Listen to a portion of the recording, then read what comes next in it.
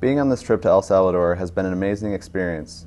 I gained a better understanding of how appreciative they are of their education. I know that I may take my education for granted from time to time, but these people have shown me what it is like to follow a goal or a dream with unwavering dedication.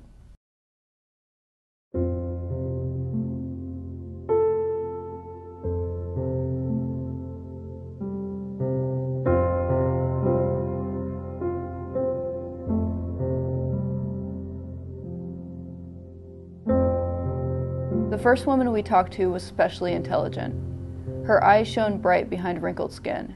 She was wise, articulate, and dedicated. She explained a life of freedom, the basic things that words would bring her, the ability to navigate, to get on the proper bus, the pride of signing her name. I ironically, though, could not find the words, and instead happily listened as she described to her family that helps her in her quest.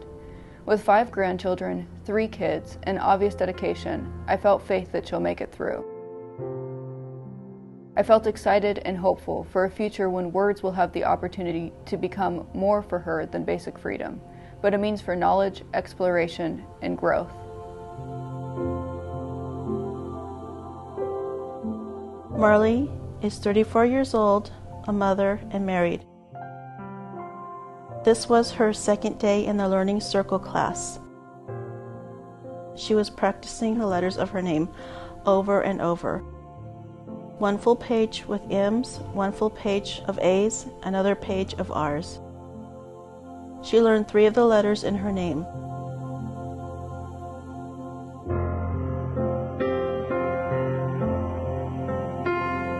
I asked her why she was taking this class. She said she wanted to read her Bible and songbook and sing the hymns.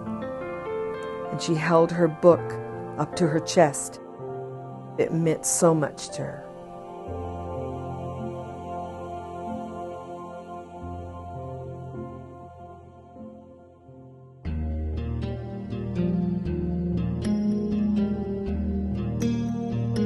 We drove on the bus, about 30-45 minutes, arriving on a little alleyway street. We had to walk about 5 minutes up the hill to our first school. The students were sitting around the tables under a bamboo shade outside the home.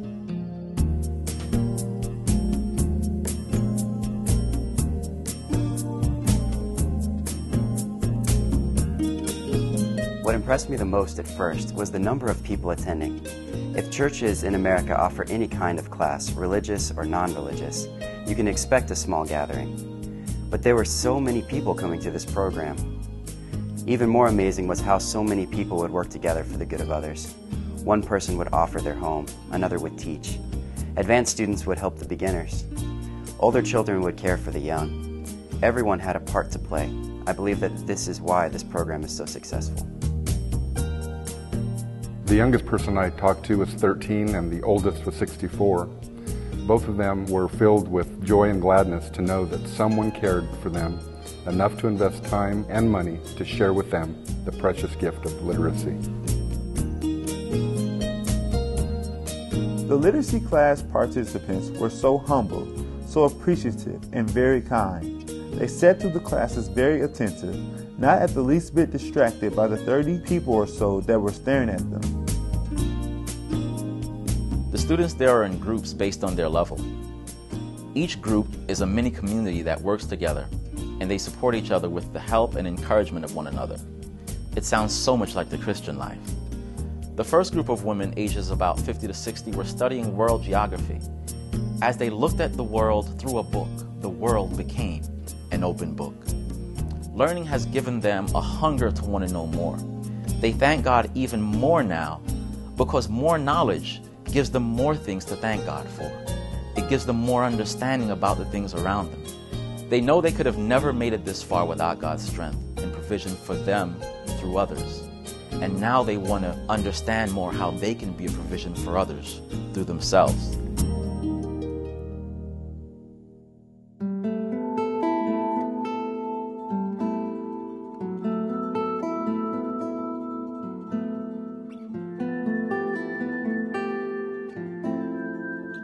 I can't say enough about the teachers and their dedication.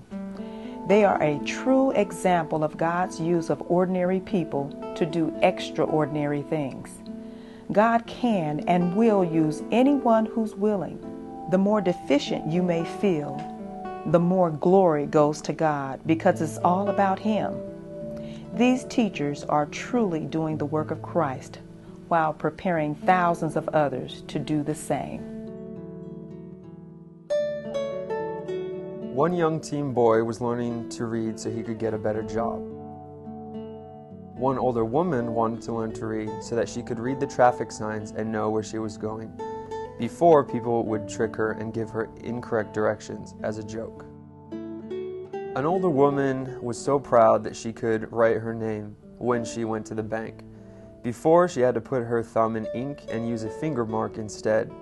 An ink-stained thumb shows how poor and uneducated a person is. It is a mark of shame, but now her fingers are clean.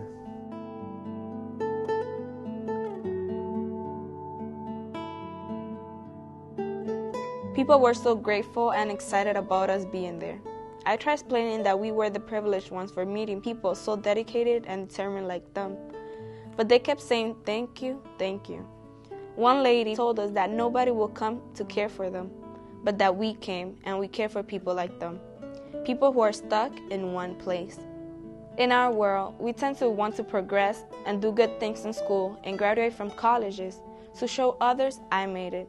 But her, no one important will ever know she learned how to read or write. But God will know and will definitely reward her through the power of His Word, and that is what really matters. Many had their personal reasons for wanting to learn. For several, it was for a better life, for jobs, to read a newspaper.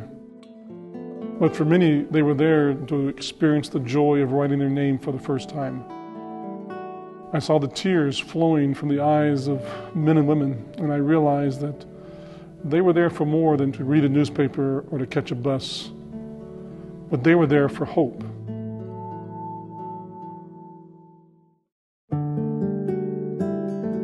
It was almost embarrassing for me when we were talking to a lady and we asked her how much she could read and write. She said that she could read and write 1, 2, 3, 4, 5. It wasn't because of her limited writing and reading ability, but because she was so proud of the fact that she could write these 5 things and read them. It makes me almost ashamed to say that of my 15 years of education, those 5 things, she was more proud of it than I was of mine.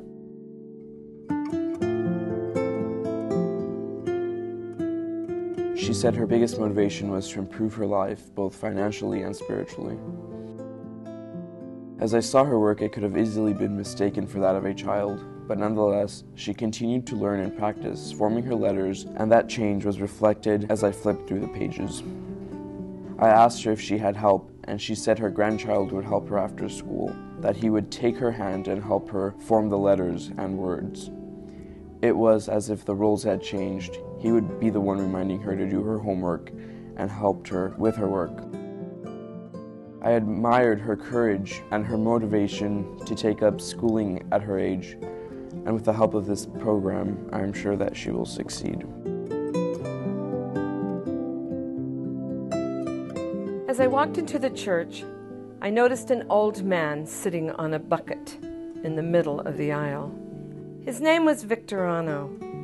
He is about 74 years old. He had a deep story, rich in history, sad and yet victorious. But his favorite joy was when he showed us his keys to the church. He was the deacon, and he so much wanted to read for himself his precious Bible.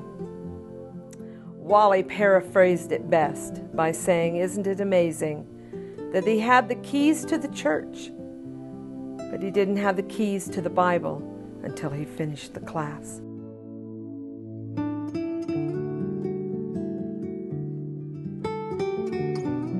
It was time for our group to leave the learning circle. We formed a circle around the students. I was sitting next to the old man, so he held my hand while we prayed. His hand was not smooth but strong and tough, like he had worked with his hands every day of his life. I felt respect for this old man. He was so proud of finally being able to read his Bible and study his Sabbath school lessons. After the prayer, he was crying, tears coming down his face. I don't think that he was sad. He was captured in a moment of relief and blessing. He reminded me of my father. He was dedicated to learning, his church, and continuing his classes. Old age was not devastating or hopeless for this old man. This old man found freedom and life.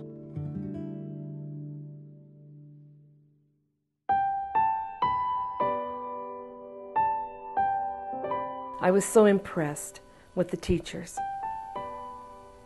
I was so impressed with the students.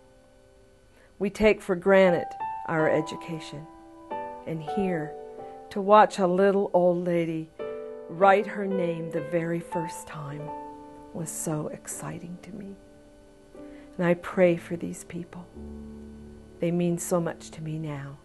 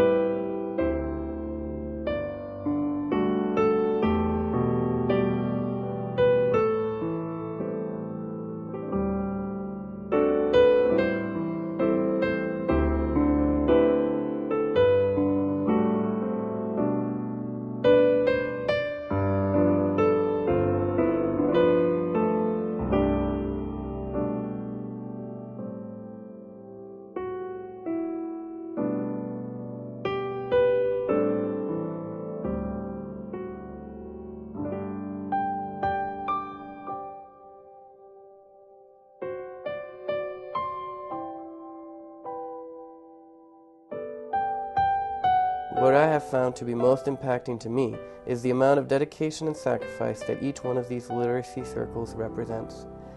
Without a doubt, God is touching people's lives and has many of His workers sacrificing themselves to help others.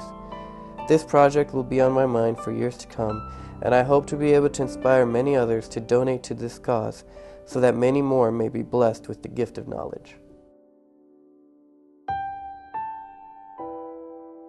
I saw Jesus today, not in a vision, but in a gathering of strangers. People who are separated by distance, culture, and circumstances coming together to draw strength from one another. My desire was to encourage some of the teachers from El Salvador with some kind words and a smile. While I'm sure that my efforts were successful, I was far more encouraged by them than I'm sure they were by me. These teachers have so little compared to me, and yet their commitment to our mutual Savior has given them a rich ministry in satisfying life. May we all be as blessed as these.